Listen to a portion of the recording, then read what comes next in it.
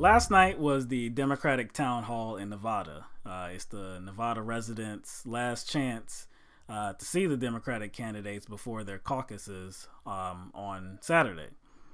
It was also broadcasted by Telemundo. And it was a pretty good performance by both candidates. It was a lot of policy-specific questions. I think, for the most part, both candidates did a good job at answering the questions. There were a few moments where they kind of looked out of their depth and maybe a little surprised by the questions. There were a few questions that have never been brought up before. There were two moments that stood out at the town hall that we want to show you. And here's the first one. On his plane ride or flight here, Senator Sanders attacked your husband's legacy. And I'm going to quote, he said, Bill Clinton was the president who led the effort to deregulate Wall Street, was the president who fought for the disastrous NAFTA trade agreement, was the president who pushed this so-called welfare reform, which was absolutely disastrous for low-income people. Should you be held accountable for your husband's? Well, he was the president who created 23 million jobs, who raised incomes for every group in America, not just those at the top. In fact, African-American families, Latino families had an even higher than average increase in income, created some great economic development programs like, you know, the empowerment zones and the new market tax credits. So, you know, I know that Senator Sanders has also attacked President Obama. He's called him weak. He's called him disappointing. He tried to get somebody to run against him in the 2012 election in the primary. And, you know, I just don't know where all this comes from, because maybe it's that Senator Sanders wasn't really a Democrat until he decided to run for president. He doesn't even know what the, you know, last two Democratic presidents did. And well, it's true. It's true. You know it's true. So this was classic Hillary Clinton strategic move. Okay, she really didn't even answer the question. Didn't answer the question at all. She didn't address any of those three points that Bernie talked about. Yeah.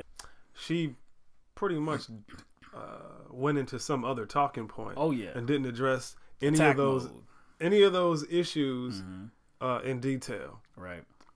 She pretty much went into duck and cover, Floyd Mayweather mode. The most frustrating statement she made. She said, "I don't know where all this comes from." Really? Yeah. You don't know where all this comes from? Well, I think I have an idea. Well, anytime something Bill Clinton did that was perceived as good, what did she say? Oh, like, we ran the country together. Right. I had a lot of input. I had a lot of input. Yeah. It's almost like she embraces it. Like, when it's something that's perceived as good, it's us then. And look, we all know that, look, she wasn't one to just sit on her hands. Yeah, I'm not saying she was like sitting in the White House out there campaigning, baking cookies. Yeah, she was advocating for each one of So I'm saying moves. she did play a big part. Yeah. So I'm saying, like, I have no problem with her standing up in that way. If she was responsible for the good, then it stands to reason that she has to be responsible for the bad. And I think that's the motive for the question. That question was specifically for her. Right. You would not. Barbara Bush wouldn't get that question. That's true. That's very true. Laura Bush would not get that question. That's very true. That's very true. Because they didn't promote themselves as being some sort of partner in presidency. Right. The most alarming thing about that was the exact comment you're talking about. And when she's talking about, I don't know where this comes from. Maybe it's that, you know, Senator Sanders wasn't a Democrat until he, you know, decided to run for president. Well, it's true. It's true. Again. And she got a chorus of boos. Yeah. And of course, her staunch supporters clapped and applauded at that. But look, this is why that specific attack was very stupid. This is why that attack was very stupid. Look, there's already that contingent of voters, of Democratic voters, that don't like Bernie Sanders because he's officially an independent. It doesn't matter that he has caucused with Democrats his entire political career. It doesn't matter that he's been the head of committees, the head of Democratic committees, votes with Democrats. That doesn't matter. they're what's called loyal to the party. So they kind of feel like, you know, he's a fake, you know, look at this independent trying to run in the party, you know? So look, there's already those people that exist. Nobody else is jumping on to that kind of philosophy. Nobody else. You're not going to get anybody else to jump onto that philosophy. So what you really did was anger all the independents that are out there. And I don't know if you know this, but the largest voting bloc in America is independents. About 45% of Americans classify themselves as independents. 45%. Way more than Democrats and way more than Republicans. So now, in this attack, and where you're saying that, no, he's not really a Democrat, you know, he's just trying to, you know, present himself as a Democrat. I'm a Democrat. So now independents are sitting there looking like, well, damn, we're not welcome. We're not welcome anymore. Like we're not welcome. We're not welcome. Not only are we not welcome, Mm-hmm. I'm not permitted to criticize the Democratic Party. Right. That was the first video. Want to get to another one, which I think is even worse. Sanders supporter, Mr. Sacco, go ahead with your question. Secretary Clinton, as a realtor here in Nevada, I know personally how important the economy and the housing market is to the stability of our great nation. As the Democratic presidential candidate who has delivered speeches to the largest U.S. financial institution in exchange for hundreds of thousands of dollars in speaking fees, why are you hesitant to release transcripts or audio-video recordings of those meetings in order to be transparent with the American people regarding the promises and assurances that you have made to the big banks? Well, let me say this. I am happy to release anything I have when everybody else does the same, because every other candidate in this race has given speeches to private groups, including Senator Sanders. But let me get to the heart of your question. I was the candidate who went to Wall Street before the crash.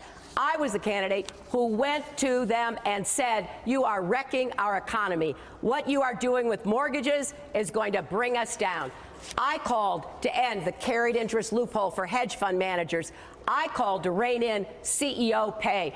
I now have the most effective and comprehensive plan to deal with the threats that Wall Street poses. And I go further than Senator Sanders does, because I want to go after all the other bad actors. The bad actors like hedge funds, the bad actors like AIG, the insurance company, like Countrywide Mortgage. I take a backseat to nobody in being very clear about what I will do to make sure Wall Street never crashes Main Street again. And that you can count on. Secretary Clinton, I do respect you very much. In fact, only a decade ago, I was a very, very big supporter of yourself and your husband. It actually broke my heart when you said marriage was between a man and a woman. How can we trust that this isn't just more political rhetoric? Please just release those transcripts so that we know exactly where you stand. Well, you know where I stand because I've been in public standing there the whole time. I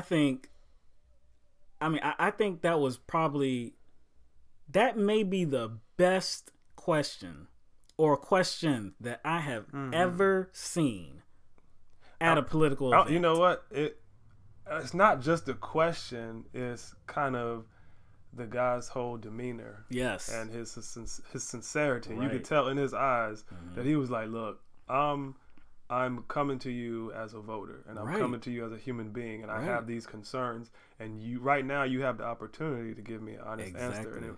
An honest answer, and then what does she do? Of course, you know, like just after one of the debates, after the debate, she said, well, at the debate, she said, I will look into it. Then after that, on one of the news programs after that, she was like, well, look, you know, if everybody else releases it, including Republicans, if everybody releases their transcripts and their, you know, audio visual recordings, then I'll do it. We'll all do it at the same time. It has to be a fair game. Now, first of all, calling for Republicans to help her out. Why would Republicans do that? She knows that Republicans would never do that. Why would they help her? This isn't even about Republicans. This isn't even about Bernie. Ted Cruz. Marco. Oh. Could you help a sister out?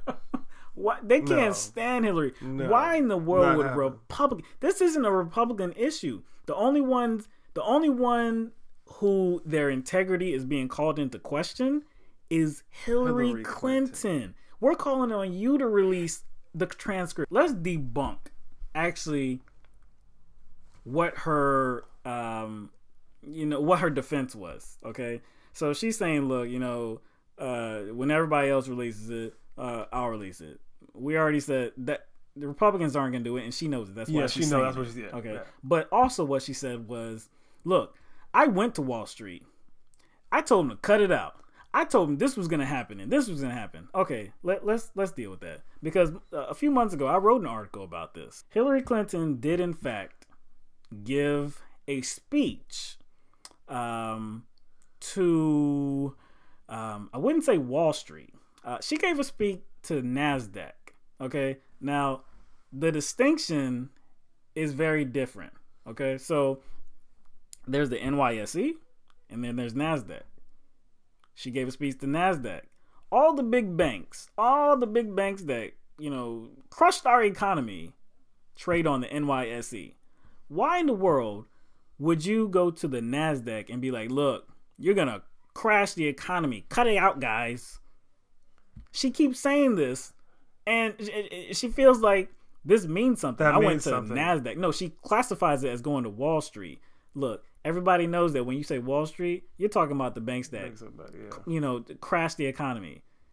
Mostly tech companies. Now, there's some banks too. I mean, there's some financial institutions that trade on the NASDAQ as well.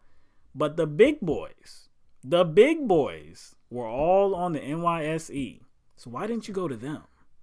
Why didn't you go to them and say, cut it out? So not only did she kind of try to play on people's ignorances about the differences between the two to make it look like she said something, even if she did go to the NYSE, even if she did go there, pointing your finger at them and saying, stop it. What's that going to do? How is that any kind of substantive advocacy in regards to policy? Exactly. Nothing. She did nothing to stop it. Okay, because first of all, you went to the wrong market. That's one. And two, waving your finger at somebody isn't going to stop their illegal activity. It doesn't stop children's activity. Oh man, that's a great analogy. It doesn't stop children from misbehaving. Yeah. Children that really have no power at all. It doesn't stop children, toddlers who really have essentially no power. So why would it stop a group of individuals, a group of banksters? Why would it? Who have a lot of financial power. Why would it? Now, in response to this whole town hall, afterwards, boy, Bernie Sanders, he's showing that he is a masterful politician. Okay, so after the event, he posts onto his Twitter account, and he releases the video of his private speech, for which he was paid $500. Ooh, whoa, dang. $500. Wow, $500. Not hundreds of thousands, but $500. And what did he do with the $500? Donated to charity. Oh, scandalous. So that would make it your turn, Hillary, right? Annie up. Yeah, that would make it your turn. But that's not all Bernie did. That's not all Bernie did. He also posted a link to a website. The name of the website is iwillookintoit.com. And this is what it looks like right here. So this is a website. If you remember at the debate, like what we were talking about, she famously said, "I will look into it." Well, Bernie created a website, and there's a clock ticking from the time that she said that to right now, it's live. We're waiting on you, Hillary.